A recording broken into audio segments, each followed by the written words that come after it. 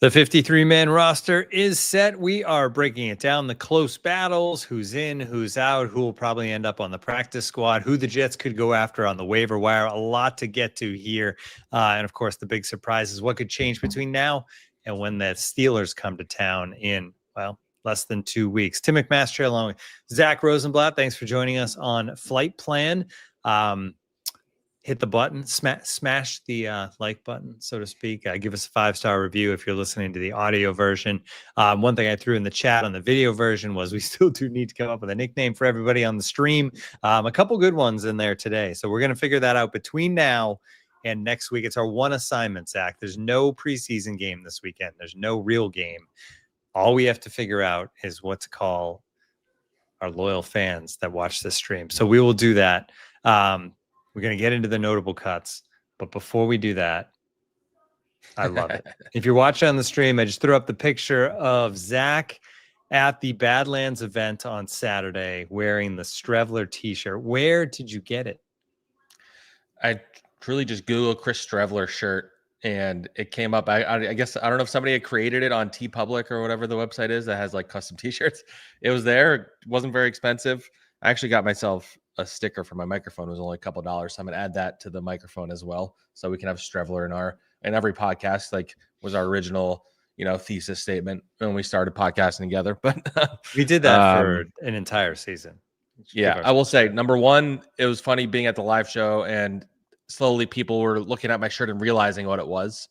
Number two, it was funny having to explain first to my wife's family and then to my wife who Chris Streveler was, because it was like, so who is this? And I'm like, so he's kind of like this cult hero. He had an amazing preseason run and he started one game and, he was just all around great guy. And they were like, okay. And then number three, after the live show, this is a story I told in the Discord. My wife and I went and got dinner with family friends of ours. And the host at the stand was like, is that Chris Streveler on your shirt? And I was like, yeah. He's like, is that like a college shirt or something? Like, no, it's CFL. He's like, are you a Jets fan? I'm like, no, actually, I just came from, I'm a Jets writer for The Athletic. I just came from this like live podcast thing. He's like, oh, Badlands. I've been listening to Joe for years. That's amazing. So Chris Streveler literally brings people together is what I would say. I'm assuming it wasn't a fine dining establishment if you were wearing that. It was a great Italian restaurant in the city, La Pecora Bianca. If you guys want to advertise on our show, I'll give you advertising because I love their pasta. You don't even have to pay us. You just give us food. Yeah, give us free pasta. Yeah, that's good enough for me. Good to go. So one question, and then we'll move on. You said it wasn't expensive, so I'll pose this question to you: if it was expensive, how much money? What would be too expensive for you to not buy that T-shirt when you found it online? That's a good question. I don't know. It's because I really wanted to have. I feel like you would have spent $50. I think you would have spent $50 on that shirt. I don't think I could have justified that. That would have been tough. No? I'd say less than that. You did just spend did you just pay for a wedding and a honeymoon? Yeah, the wedding and honeymoon and the rest of our lives. But yeah, I don't know. I don't have a good answer. I would say I don't know, $30 maybe. But luckily, I didn't spend that much. So okay. Fair enough. I think you would have spent $50. I'm sticking to that. All right, let's get on to the roster. We're going to start with notable cuts, and we're going to start with the one that, well, a lot of these cuts we found out about earlier in the day, and it's going, but the one like everybody was waiting for, right? Like the drama just continued to build until the very end. You actually, about an hour ago, I think, had the tip. And you put it on Twitter that Xavier Gipson was going to make the roster, but there was still a chance that Gipson and Pritchett could be on the roster. But in the end, Jamal Pritchett gets cut. That was the big drama, I guess, was it coming down to those two. Were you surprised? I feel like surprised is maybe not the right word, because I think that ultimately, while Pritchett, I think he was like, this summer's ultimately him and Brandon Smith, who we're going to get into, and Quentin Skinner, all receivers, as always. They were like the ones that like captivated the fan attention, I would say. But the reality is Pritchett, while he made some plays on offense and he had a really good punt return the other day, he also muffed a punt. He's muffed some in practice. So like, I don't think he showed enough in the eyes of this coaching staff, at least, to say like he won the job outright from Xavier Gipson, who has been in the NFL. The Jets know he can catch punts and, he's had some examples of success in the NFL, whereas Pritchett is an unknown. So I wouldn't say I would say mild surprise, just because I do think Pritchett was ultimately better over the course of like the full offseason. But this just goes to show you that the Jets trust Gibson more, not only as a returner, but probably as a receiver. Gibson had been banged up. He didn't play in that last preseason game. When my initial read on it was that meant he was safe. Aaron Glenn seemed to indicate that he was banged up, but it seems like they were holding him out because, like, why risk it? Because he's going to make the team is ultimately what it was. Pritchett made a great case, but ultimately, Pritchett probably will make it through to the practice squad if they want him there. I think that, maybe he would get claimed, but ultimately it wouldn't be the end of the world. Like, I know he's a fun summer thing. He's a guy that the fans, if he never plays a snap for the Jets, they'll probably forget about in a week or two. Like that, there's guys like this every year, ultimately. But yeah, I mean, if he makes it through the practice squad, then you have a returner you can either develop or call up if, whatever. And we're going to get into waivers and all that stuff. Xavier Gibson might not necessarily be on the final 53-man roster. Like, hey, there's always a chance they claim a returner or sign a veteran return out, right? That was cut by another team. And fans are like, I saw one fan be like, he's now the Michael Clemens of the offense. Like, what kind of compromat does he have on this front office? I don't think it's that. I think that's a little harsh. It's so crazy because he was such like a darling. I know. That's why it's funny how quickly these things change. The whole thing. Yeah. I think it's more they're angry because the guy they wanted didn't stay, and because he frankly he's not been good. Like, since that return touchdown, really, like, he's had some moments, but he broadly has not made an impact on offense, and he's struggled a little bit as a returner. So, like, I get it in that sense, but they feel he's the best punt returner they have on their roster currently. That doesn't mean they think he's going to be the best one a week from now. So that's something to keep in mind.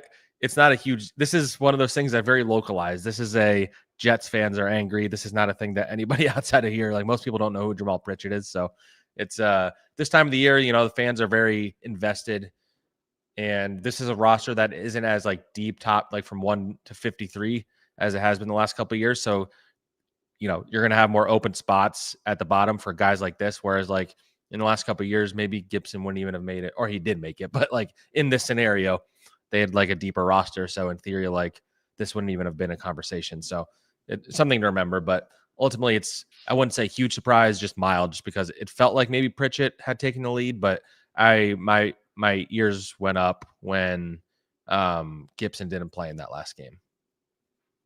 All right, sticking to the same position. And this, it's not a surprise. It's a surprise because of when he was drafted, but you do have to keep in mind that this is a different regime. But Malachi Corley cut. And you tweeted out the history of the Jets' third-round pick, Zach, which I thought was interesting. 2024 Corley, 2022 Ruckert, and Ruckert made the roster. We, would say that. 2020 Babari Zuniga and Ashton Davis. It's not all bad, but 2019 Polite and Idaga, Nathan Shepard 2018, and Adarius Stewart 2017. You'd love to get a little more out of your third-round picks, I guess is my point. I mean, Jets' second-round picks isn't that much richer. It's just gotten a little bit better the last couple of years because you have Breece Hall, you have Joe Tippmann, and I think hopes are pretty high for Mason Taylor. But, Azaire Thomas, the pressure's on him to break the spell because that's a brutal one. Like, I think Shepard wound up being a solid rotational guy in the NFL. Ashton Davis started off, everybody hated him, but by the end, I think he was like just a solid backup and good special teams guy. The rest of that group is pretty rough. I mean, I saw NYJ Mad tweeted Malachi Corley times changing his number 3. Malachi Corley receptions in the NFL 3. So, like, it wound up being a disastrous tenure. Like, it'll go down as one of the worst picks they've had, wide receiver wise and top 3 round wise. Just if you look at the totality of it and the hype that they inflicted on it themselves. Was celebrated. It was really celebrated. So not only did they steal in the third round, not only did they trade up in the third round, but they made sure to let everybody know they were trying to trade up into the second round, and to let everybody know that they had him ranked ahead of Brian Thomas, and Aaron Rodgers let everybody know he was my favorite receiver in this draft. And, they celebrated like they won the Super Bowl, like this team has done for the last decade a lot. And then he got to camp and he wasn't quite ready for the NFL. He had, he needed to learn how to run routes. He needed to learn how to play wide receiver, like in college and not even like high-end college. He played at Western Kentucky. Like the opponents weren't as strong as like when Garrett Wilson was in college, for example. So he was able to run through a lot of his opponents. Whereas when you get to the NFL, you're not going to be stronger than everybody anymore.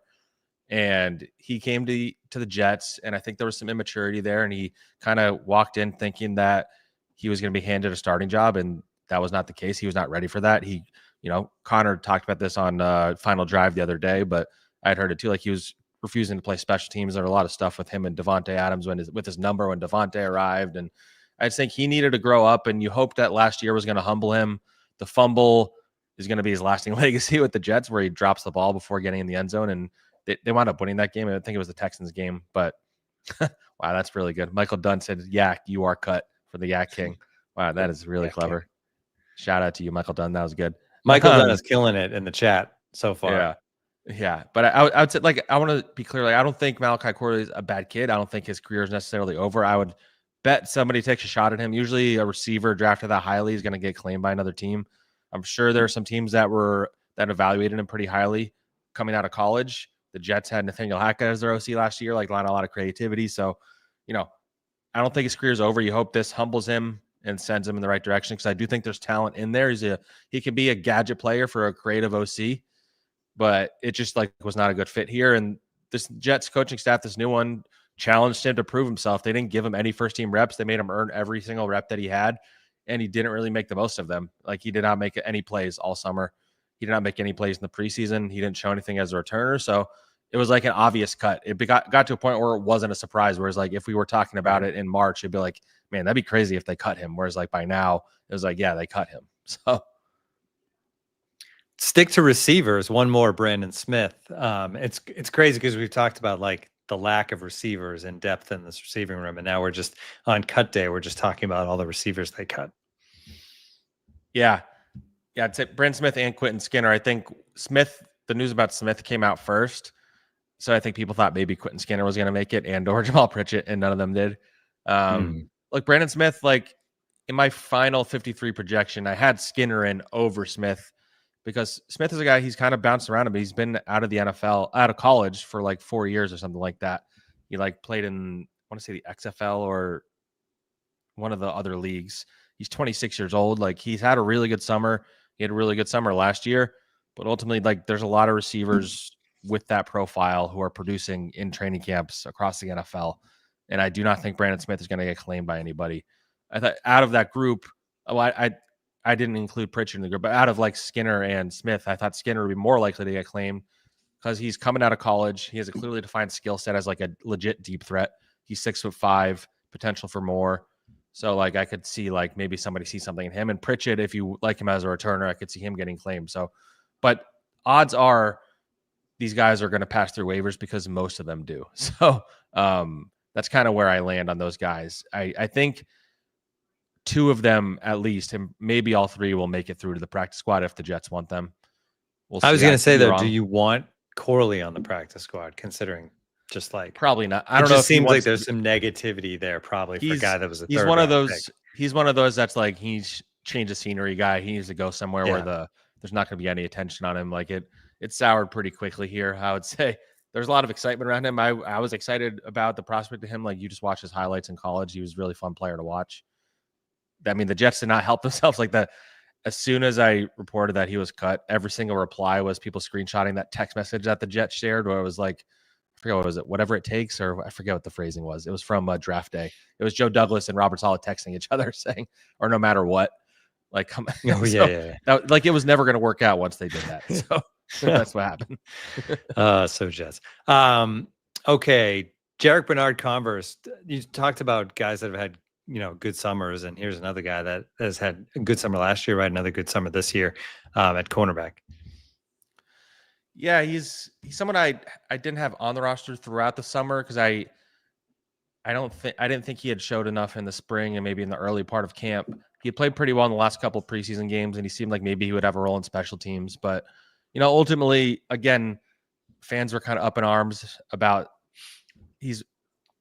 him because he looked pretty good those last couple of games. But the reality is, like, he was a healthy scratch almost all of last season in a lost season. Like, the Jets coaching staff, maybe they should have been playing those young guys more at the end, but he wasn't showing them enough to get on the field.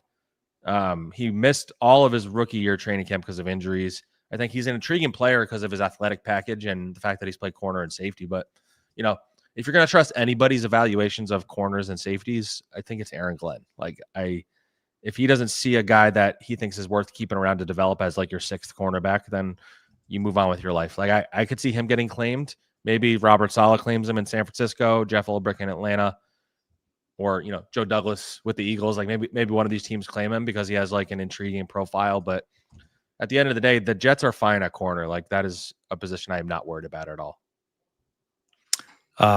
Eric Watts, defensive end. Here's a guy that the undrafted free agent a year ago, but really like made people notice in the summer, but then nobody noticed during the season last year. And then this summer didn't go as well. Yeah, I was intrigued by him last year. He didn't wind up having a great summer ultimately. It's not great if you're not making this defensive end group because it's not a very deep group. Somebody made it over him. We'll get into when we go position by position, but he just didn't show enough this summer ultimately. Like he has an athletic and physical profile. He's like 6'5", 270, has some athleticism. So he's one, again, like, even if he doesn't get claimed, I could see another team like, you know, convincing him to come onto their practice squad or their roster. Aaron Whitecon is the D-line coach in Dallas. You look at coaches that were here that wanted him here. He played all of last season, didn't really get a sack or a QB hit, I don't think so. But the previous staff liked him, so I'm curious to see if one of them picks him up. But he just didn't ultimately show enough, even with Rashad Weaver going on IR, even with this defensive end group not being good enough. So if he's around for the practice squad, he's worth keeping, but we'll see. All right, one more before we go position by position, and that is Donovan Edwards, who you kind of knew at the beginning of the summer that even though this was a guy that was obviously a big name from Michigan, they got him undrafted free agent. But when you looked at the actual roster and the numbers game, it was tough to see him getting in there just because of the amount of running backs and the depth of that room. But at the end of the day, they go with Beck at fullback and not Edwards. Running back, as much, if not more than wide receiver, is a position this time of the year that fans just overreact about every single time.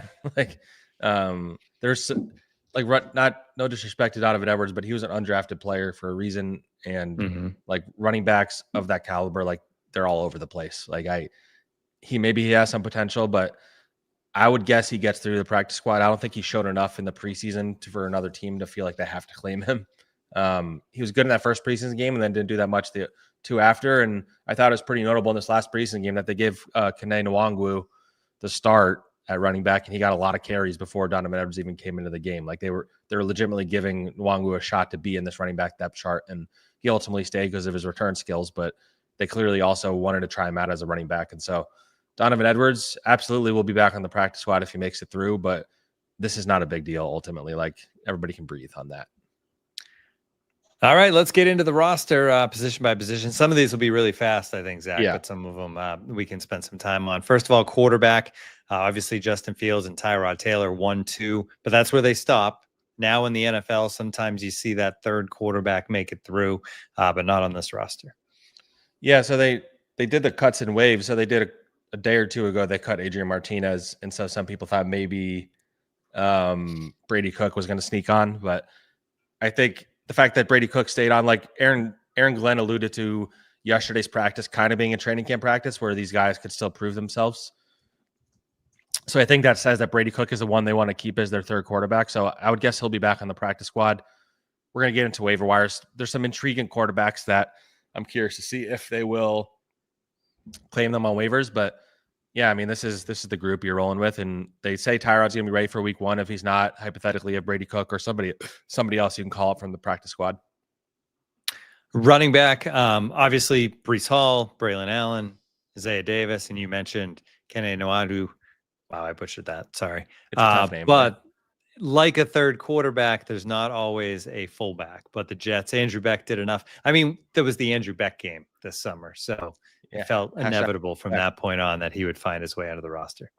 Yeah, you know, the only reason I didn't have him on my 53 is just because I thought, and they still might, like, by the way, like, it's important to call this the initial. Like, things are going to change, and he's a vested veteran, so the Jets can cut him and bring him right back. So that's why I didn't have him on my 53. He was always going to be on this team. He was always going to have a role. Like, that became pretty clear to me. He did play deep into that last preseason game, though that might just be because they don't have that many tight ends on the roster. he's going to play in a run heavy offense. He can play fullback and tight end. He's better than Jeremy Ruckert, frankly. He's a veteran. And so it makes a lot of sense. I think he's going to have a role in this offense, and he's going to play on special teams. So, in that sense, like maybe Aaron Glenn's like, we want the guys on the roster that have earned it, and he has earned it. And so, whatever with the business and the financial stuff, we want him on this roster because he's going to play, and we don't want to risk him leaving to sign with somebody else or whatever. So, but I would say, like, if they claim a bunch of guys, it's conceivable they cut him and then bring him back is how I would phrase it. Yeah. I don't think we need to talk about wide receiver because we already did whole top part of the show. But obviously Gibson's in there, Tyler Johnson, Allen Lazard is there, and then Garrett Wilson and Josh Reynolds and Arian Smith. So we talked about not the surprises, but the notable stuff there. Tight end, Mason Taylor, obviously. Stone Smart, if nothing else, that chip he laid, should have put him on the roster. But then there's Jeremy Ruckert. How safe is Jeremy Ruckert on this roster? Like, is he number 53? Is he number 52? I don't think he's that unsafe, but tight end's a position I think they're going to be actively looking at in the waiver wire. Because the Jets took so damn long to come up with this roster, and I've been trying to report on who they were cutting all day. I don't have like a complete list, but there were a bunch of tight ends. I would think they're going to look for someone who's a good blocker or someone who just brings more in the passing game, honestly. There are some very, very intriguing ones I'm going to get into, but I don't know. I would think he'd be on wobbly ground. If they're basing it on the way these guys played, like Jeremy Ruckert should be on the bubble still. So he just did not show enough ultimately. Like Andrew Beck was better than him. Stone Smart was better than him. So, in the pecking order of tight ends, he should be fourth, but because they probably theoretically view him as a blocker, he's probably ahead of, I don't know, Stone Smart, I guess. I don't know. So I wouldn't say he's unsafe, but I wouldn't say he's like completely safe either. All right. Offensive line, Olu Fashanu, Armin Membo, AVT, Max Mitchell, Xavier Newman, Chakuma Okorafor, I can never say that one, John Simpson, Marquise Hayes, and then at center, Myers and Tippmann. I mean, they're not a huge, that's kind of what Hayes was kind of a random one.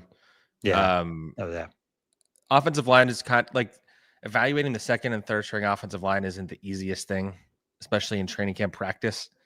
And I'll be honest, I wasn't grinding tape on how Marcus Hayes looked in the preseason. So he's someone that I imagine, like they have 10 offensive linemen, which is a decent amount. So he's someone I could see being cut if they were to bring somebody on the waiver wire. But he was like a surprise in that I didn't really consider him as a major possibility, but he's been around the NFL a couple of years. All right, switching over to the defense. We'll start on the defensive line. Quinnen Williams, Tyler Barron, Joan Briggs, Harrison Phillips, obviously the guys they just traded for. Michael Clemens is there, much to the chagrin of the fan base. Leonard Taylor and Jay Tufele is there, which we had talked about. We talked about his stock moving quite a bit. And then on the edge, McDonald and Brandon McGregor. Yeah, I'd say I thought it was interesting too that they. Oh, go ahead. Sorry. No, go with what you were going to say. I was just going to say just the way they list people, that Jermaine Johnson was listed as a linebacker and not an edge. But anyway. Yeah, on the actual roster itself. Yeah. I'd say out of that group, Brandon McGregor, it seemed like late in camp, it seemed like they liked him because he got like a couple of reps with the first team defense. He's the one that I was alluding to that made it over Eric Watts. He's purely a pass rusher, which, they need that. Rashad Weaver being lost for the season, he got put on, I think he might have been released with an injury designation actually, so he can technically sign somewhere else. But him being knocked out, Tyler Barron hasn't shown anything. Like, I think Tyler Barron purely made it because he was a draft pick. Like, he just did not show anything all summer. So McGregor's gonna get some snaps. Like, he's probably the fourth defensive end, which is not exactly ideal, I would say.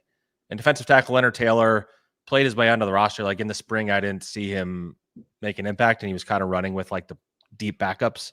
They were making him earn it, and he kind of did, whereas Corley didn't. Peyton Page was like an undrafted guy who looked good at the beginning of camp, but was cut. Yeah, but once they added Harrison Phillips and Juwan Briggs on St. Fatty's Day, as Joe coined it, like that kind of, and they traded Derek Nottie a couple days ago, by the way, back to the Chiefs. because he was going to get cut anyway. I like Muji deserves a lot of credit for getting a draft pick there. Yeah. Hey, if you can trade, you get anything for someone that you're going to say goodbye to in 3 days. By the way, like, that's I think the Jets are just going to make a routine of signing some past his prime veteran from the Chiefs and then trading him back. They did that with McCole Hardman. So that's 2 times now in the last McCole 3 years. Hardman was a Super Bowl star, though. So that one. Well, yeah, he was just cut by the Packers today, actually. But anyway, so they got a good deal there. But yeah, the defensive tackle group, it's funny, like a week ago, I would have said depth-wise, one of the worst groups on the roster. Byron Cowart, we should say, was put on IR. Yes. And I haven't been able to check in. It didn't list designated to return on the official release. I don't know if that was a typo or not. I need to check in to that. But I would think it would be designated to return because they had 2 guys and you can do that for 2 people. So I'm assuming he'll be back after a few weeks. He's missed a few weeks. As we talked about, Joe, he's much better as your backup than your starter. We don't need to dive into that again. But I feel good about that defensive tackle group now. All right, linebackers, Zaire Barnes, Jamie Sherwood, Quincy Williams, Jermaine Johnson, Francisco Maigoa, Marcelino McCrary-Ball is the guy we talked a lot about this summer. And then we should mention Jamarcus Weston, also on IR, a special team stud who will probably be back when he's healthy. Why did he come back week 4, right? Yeah, he's eligible to come back week 4. He apparently hurt his groin in that last game. Yeah, he's somebody this staff was really high on as like a special teams demon. He's someone they gave a pretty sizable guarantee, I think $185K, which is notable for a guy who doesn't really have a defensive position. So I think he'll wind up being on the roster eventually. Zaire Barnes was mildly surprising. He hasn't really played much the last couple of years since the Jets drafted him, but he's athletic. Him making it over Jamin Davis was a surprise. Marcelino's had a good summer. He's probably the 3rd linebacker. Not the best depth at linebacker, but yeah, I mean, not any major surprises there, I would say. All right, cornerback, Sauce, Brandon Stevens, Michael Carter II, Isaiah Oliver, Cortez Stigers back, and then Azare Thomas and Malachi Moore.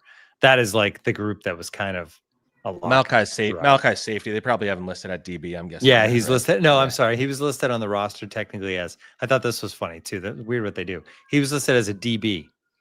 Yeah. Okay. So, not a safety or a cornerback. He was just a DB. I mean, you want to run through the safeties too, and I can just lump all the defensive backs. Yeah, Tony Adams and Andrew Cisco. It's the safeties. Yeah, Andre Cisco. Yeah. So, and then Jarius Monroe was released with an injury settlement as well. So, Dean Clark, our guy, I thought came on strong at the end of camp. Didn't wind up making it, but he'll be a practice squad guy, I assume. We'll always have our interview. Yeah, we'll always have our interview. But yeah, I'd say, of that, Quantas Stigers, if he started off on the bubble, I thought by the end of camp, he was not on the bubble anymore. And like out of that group, like Isaiah Oliver, I think he's been playing more at safety, but he can play safety and corner. He's depth. Azariah Thomas has been banged up quite a bit lately. Yeah, Sauce Gardner is going on Hot Ones this week. I'm very excited for that. We might have to show a clip from that on the next episode because I love that show so much. I figured he would get on there eventually. It's just such an easy crossover. But yeah, Azariah has been banged up, so he missed a lot of quality time. I would be surprised if he was like active in week 1. I think he'll be a healthy scratch probably. But yeah, I mean, the cornerback group is really good. The safety group, I think, not as confident in, but Malachi Moore came on strong at the end. The staff seems to like Tony Adams. Andre Cisco needs to bounce back from a bad year last year. But, I think they feel good about their DBs and kind of their skill sets, I would say. All right, special teams.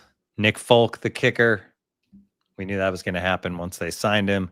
Austin McNamara, the punter, and Thomas Hennessy, your long snapper. Yeah, I mean, I think it's a solid special teams group. The main question would just be if Nick Folk still has everything left in the tank, but he looked pretty good in camp from what you said, right? The question is more going to be like, how is he going to be from 50 plus? So we'll find out because they're going to need to kick a lot. They're a running team. So, but yeah, I'd say special teams, you feel pretty good about that group other than maybe punt returner.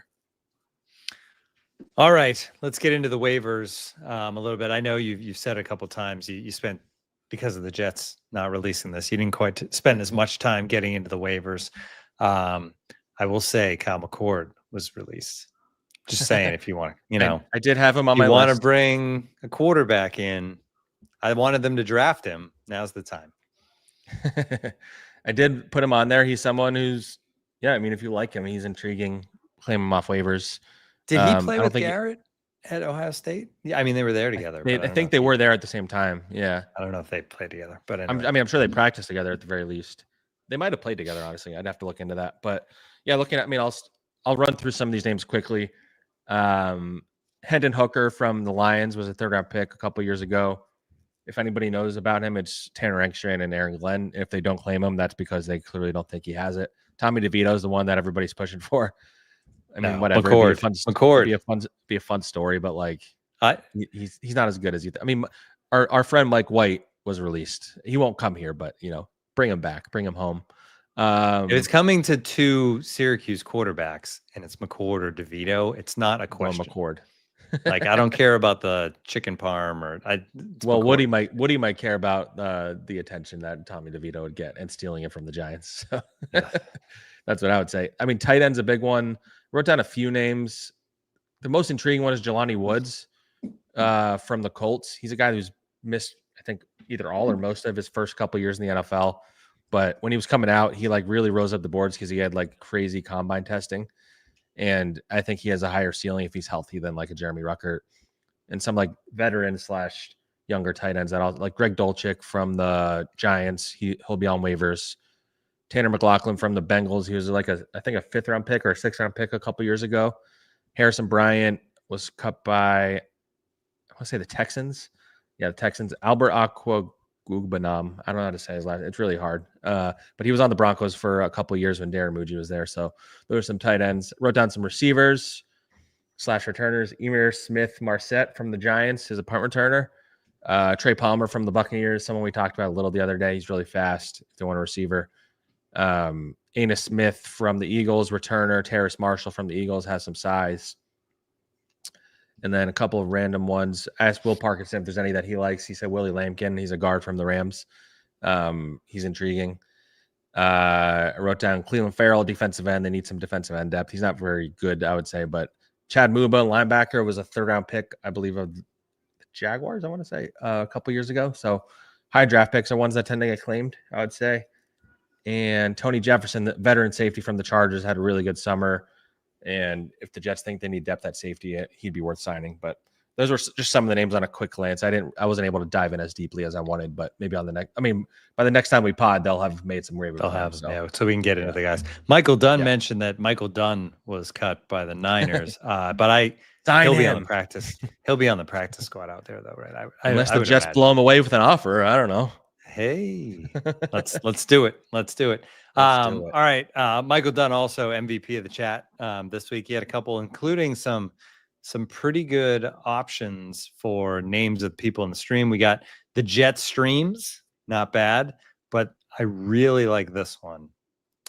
The baggage handlers, given the emotional ups and downs of Jets fans. That's pretty good. Baggage handlers. I think we'll finally get the poll out this week and let people vote. But that's solid.